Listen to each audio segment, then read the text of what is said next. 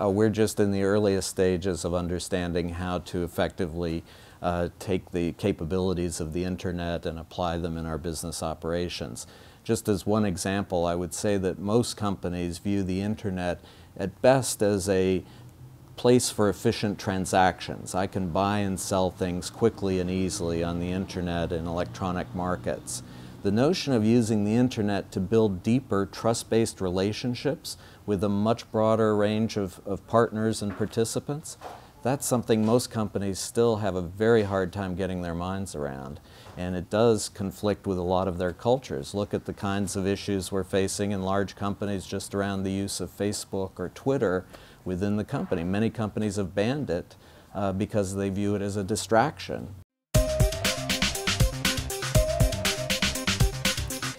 I'm actually a skeptic or a contrarian regarding this view that the internet is going to fragment everything and small companies will be the only thing left.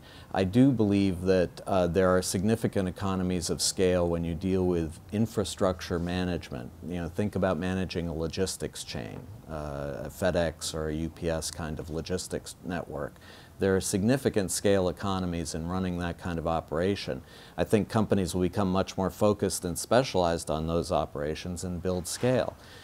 I think where you're going to see the fragmentation is around creative product innovation or service innovation in the marketplace. You'll see creative talent coming together more in these project-oriented kinds of models you were talking about in terms of Hollywood. The other piece where I think there's big scale economies or scope economies is around customer relationship. The notion of having a detailed knowledge, not just of you as an individual customer, but of a whole broad array of customers, provides an opportunity to create much greater value for that customer than if you were just a small company that was in a transaction model with that individual. So having that deep long-term relationship that scales is, I think, going to be a significant opportunity for companies to get larger in this internet era.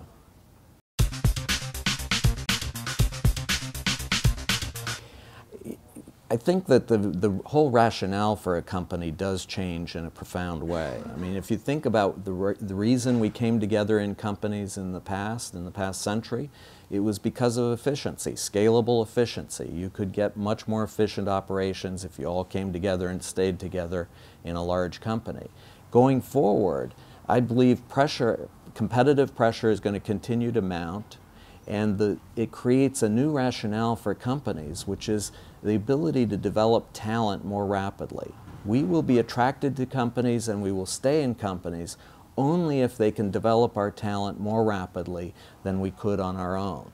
And I think there's a real potential to do that. I think people coming together driven by a shared desire to improve performance, getting better faster by working together, are going to be much more powerful than if they just stay as individual contractors. So I think there is an opportunity for a new kind of company to come into play.